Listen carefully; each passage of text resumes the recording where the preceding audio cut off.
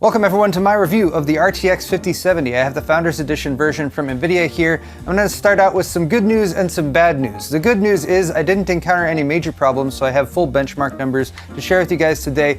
The bad news is that I'm saving a lot of my analysis for another follow-up video tomorrow, and that's because AMD's nefarious plan to spoil Nvidia's launch seems to be working. We have the Radeon RX 9070 and 9070 XT that are debuting tomorrow. So you're probably going to want to wait to see how the 5070, which has a $550 MSRP, matches up with the 9070 and 9070 XT, which are $550 and $600 respectively. And then the other bit of bad news is that this actually isn't an RTX 5070, it's a 4070 Super in disguise. Excellent! Today's video is brought to you by Thermaltake's TR100 mini tower case and travel trunk. The TR100 is a diminutive but full-featured dual-chamber chassis with a surprisingly roomy interior for high-end PC builds, available in a variety of colors with support for up to 360mm GPUs and a 280mm AIO radiator on top. The modular design means side panels are all removable for cable management, and upgrades include an optional LCD panel or the travel trunk to easily take your TR100 gaming PC setup on the go. For more on the TR100 mini tower case from Thermaltake, check out my build or click the sponsor link in the video description.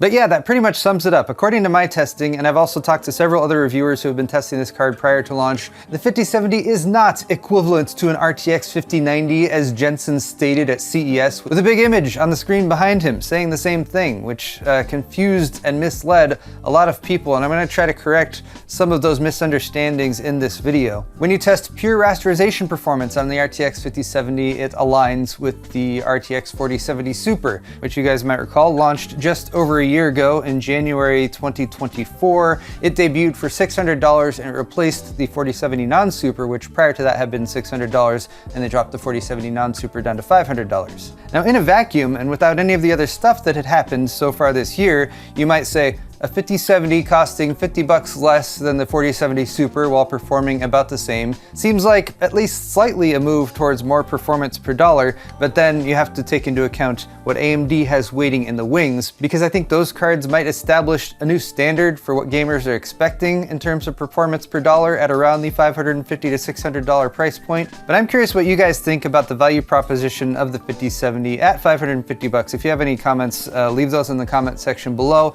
and let me know if Jensen's statement saying that the 5070 was equivalent to a 5090, which it absolutely is not, at least not without the use of multi-frame generation, which is not equivalent to raw rasterized performance. But I do think that the modest performance per dollar improvement with the 5070 is going to be overshadowed by those statements, as well as by all of the problems that have cropped up so far with the 5090, 5080, 5070 Ti, which have had black screen problems, a very small quantity which apparently shipped with fewer ROPs than they should have had. We do not know right now if that's going to affect the 5070 as well, but I wouldn't be surprised if it does. But that's another reason to sort of hold off as you watch this review and wait 24 hours or so for these cards to launch, is will there be enough inventory to meet demand, because that's been a huge problem for the 5070 Ti, 5080, and 5090. And then also, once these cards start to get distributed more widely, are we going to see any of them pop up that have missing ROPs or that are susceptible to any of the problems that the other cards have shown themselves to be susceptible to?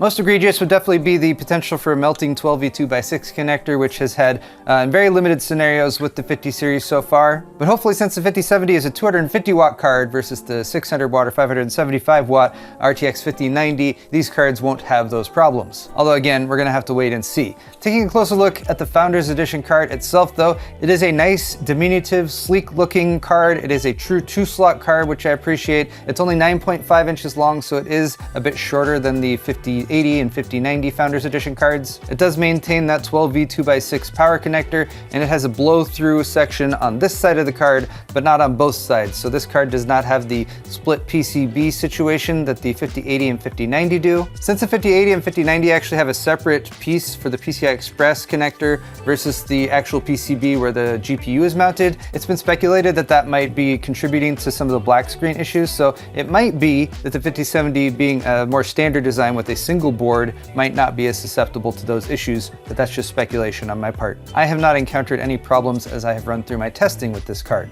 We'll throw some stats up on screen for comparison. The RTX 5070 has 6,144 CUDA cores. It's based on the smaller GB205 GPU die. It has 80 ROPs, theoretically, as well as 12 gigs of GDDR7 memory, and that is one of the early complaints about this card, is 12 gigs on a card that costs $550 is probably going to be a limiting factor in the future, especially for games that you want to play at higher resolutions, like 4K. And I will note the 9070 and 9070 XT waiting on deck have 16 gigs each. To be fair, that is GDDR6 memory versus the GDDR7 on the 5070, and it is on a 192-bit bus. Here's a look at my testbed stats as well as the comparison cards that we are comparing against today, and I'm going to ask Joe to put on some nice music while we run through all of these benchmarks at 1080, 1440, and 4K.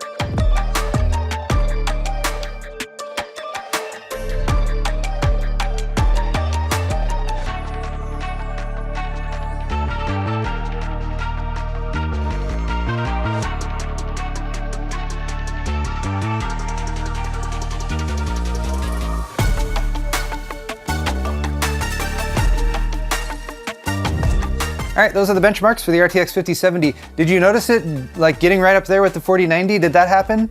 Oh, that didn't happen?